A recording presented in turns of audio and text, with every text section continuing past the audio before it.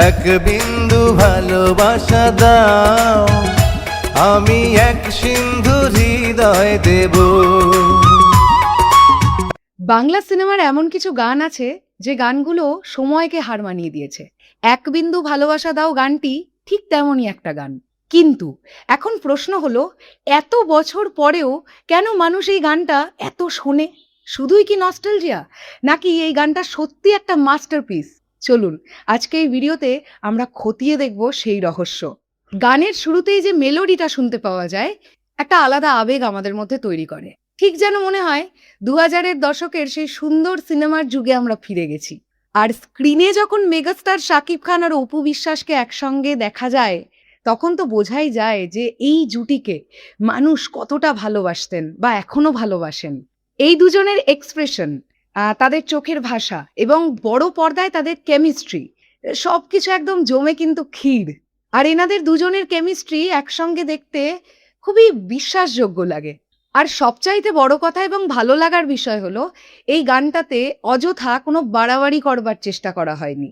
খুব সহজভাবে ভালোবাসার অনুভূতিটা সুন্দরভাবে প্রকাশিত হয়েছে। আর সম্ভবত এই গানটা এত বছর পরেও মানুষের এত পছন্দ হবার এটা একটা অন্যতম কারণ।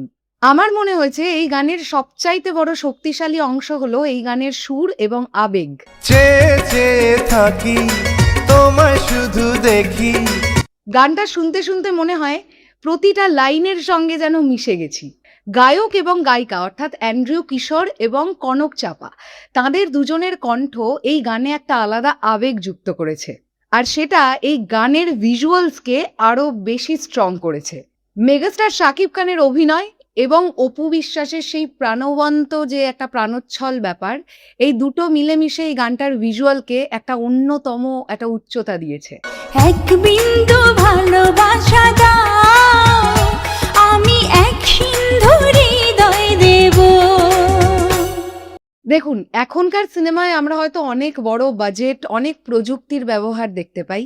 আর অনেক বড় বাজেট হওয়ার ফলে ভালো ভালো লোকেশনে শ্যুট হয়, তাই ভিজুয়ালের দিক থেকেও ভীষণ সুন্দর কিছু লোকেশন, সুন্দর ভিজুয়ালস আমরা এখনকার সিনেমার গানে পাই। কিন্তু পুরোনো দিনের গানগুলোর মধ্যে না একটা আলাদা আবেগ আছে।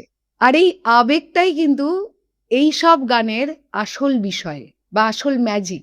আমার মনে হয় এই গানটা শুধুমাত্র একটা রোম্যান্টিক গান নয়, এটা একটা সময়ের স্মৃতি।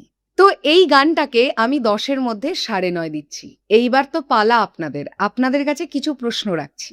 প্রথম প্রশ্ন, এই গানটা আপনাদের কেমন লাগে? দ্বিতীয় প্রশ্ন, মেগাস্টার শাকিব খান এবং অপু বিশ্বাস জুটি আপনাদের কাছে কতটা পছন্দের? তৃতীয় প্রশ্ন, এই গানটা আপনারা প্রথম কবে শুনেছিলেন? আর আপনারা এই গানটাকে 10-এর মধ্যে কত রেটিং দেবেন? কমেন্ট সেকশনে জানাবেন। হ্যাঁ, আরো একটা বিষয় যদি আপনারা জানান অনেক বেশি খুশি হব। পুরনো কোন গানের রিভিউ আপনারা চাইছেন নেক্সট? যদি কমেন্ট সেকশনে আমাকে লিখে জানান, আমি ডেফিনেটলি পরবর্তীতে সেই গানের রিভিউ ভিডিও নিয়ে চলে আসব। ততক্ষণের জন্য সবাই ভালো থাকবেন, সুস্থ থাকবেন। দেখা হচ্ছে আবার খুব শিগগিরই। তাহলে এখনের জন্যে টাটা।